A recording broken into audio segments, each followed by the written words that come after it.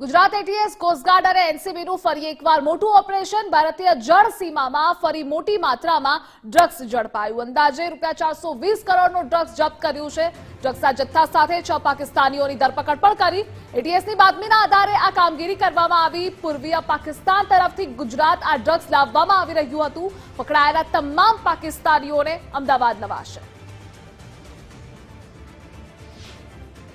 એની અંદર કેટલોક હેરોઇન યા મેથામ્ફેટામાઇનનો જે જથ્થો છે એ આવનાર છે અને આ બોટ આગળ કોઈ એક ઇન્ડિયન બોટને માલનો આપીને અને આ માલ આગળ દિલ્હી કે પંજાબ પહોંચાડવાનો છે તો આ જ્યારે બાતમી જેએમ પટેલને મળી તો એ એટીએસના સિનિયર અધિકારીઓ જોડે શેર કરી એ બધી રીતે આનો સર્વેલન્સ કરીને એ જે બાતમીવાળી જગ્યા ઉપર એક શંકાસ્પદ બોટ આજે અર્લી મોર્નિંગમાં જોવા મળી અને એના બહુ જ ગેલેન્ટ તરીકે કામ કરતા આ બોટના ઇન્ટરસેપ્ટ કરી ચેક કરી અને ચેક કરતા એ બોટ ઉપરથી 6 પાકિસ્તાની માણસો મળી આવેલા એ આ માણસો પાસેથી એક બોટ પણ જે બોટ ઉપર એ સવાર હતા એમાં લગભગ 60 પેકેટ ડ્રગ્સના મળી આવેલ છે પ્રારંભિક રીતે જોતા એ બધું જે જથ્થો છે ટ્રાન્સપેરન્ટ પેપર્સમાં છે થોડો ઘણો તો એની અંદર એ પ્રાથમિક રીતે મેથામ્ફેટામાઇન હોય એવો લાગી રહ્યો છે અને એની જે અંદાજિત કિંમત છે એ लगभग 420 करोड़ मिनिमम રહેશે। नारकोटिक्स कंट्रोल ब्यूरो सभी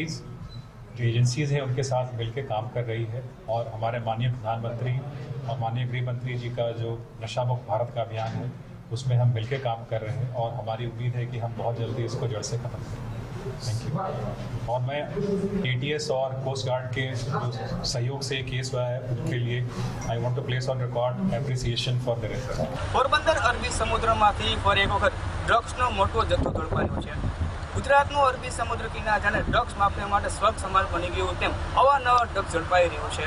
પોરબંદર કોસ્ટગાર્ડ એટીએસ અને એનસીબીના સંયુક્ત ઉપક્રમે પોરબંદર દૂર 350 કિલોમીટર દરિયામાંથી આ ડ્રગ્સ ઝડપાયું છે। હાલ તમે જે દ્રશ્યો જોઈ શકો છો પોરબંદર જેટીના દ્રશ્યો જ્યાં પોરબંદર કોસ્ટગાર્ડ વચ્ચે દરિયામાંથી 6 પાકિસ્તાની અને એક બોટને પકડી છે તેને ત્યાં આ લાવવામાં આવી છે। હાલ એનસીબી દ્વારા અને એટીએસ દ્વારા તપાસનો દોર ચલાવવામાં આવી રહ્યું છે। આ ડ્રગ્સ ક્યાંથી લાવવામાં આવ્યું હતું ક્યાં પહોંચાડવાનું હતું તે સહિતની તપાસ કરવામાં આવશે। અગાઉ પણ પોરબંદરના અરબી સમુદ્રમાંથી 3000 કિલો જેટલો જથ્થો આ ડ્રગ્સનો ઝડપાયો હતો। ફરી એક વખત આ 480 કરોડ એટલે કે 80 કિલો ડ્રગ્સ ઝડપાયું છે। પોરબંદર દરિયો ડ્રગ્સ માફિયા માટે જાણે શક સમાન બની ગયો તેમ અવારનવાર ડ્રગ્સનો જથ્થો ઝડપાઈ રહ્યો છે પરંતુ સુરક્ષા એજન્સીઓની સતર્કતાના કારણે ડ્રગ્સ માફિયાઓ છે તેના મનસૂબાઓ છે તે સતત નિષ્ફળ જઈ રહ્યા છે। હાલ જે આ 6 પાકિસ્તાનીઓને પકડવામાં આવ્યા છે તેને આગળની કાર્યવાહી માટે તપાસ કરવામાં આવશે અને આ જથ્થો ક્યાં ડિલિવર કરવામાં આવશે તે સહિતની વિગતો માંગવામાં આવશે। કિશન ચૌહાણ, ગુજરાત ફર્સ્ટ, પોરબંદર।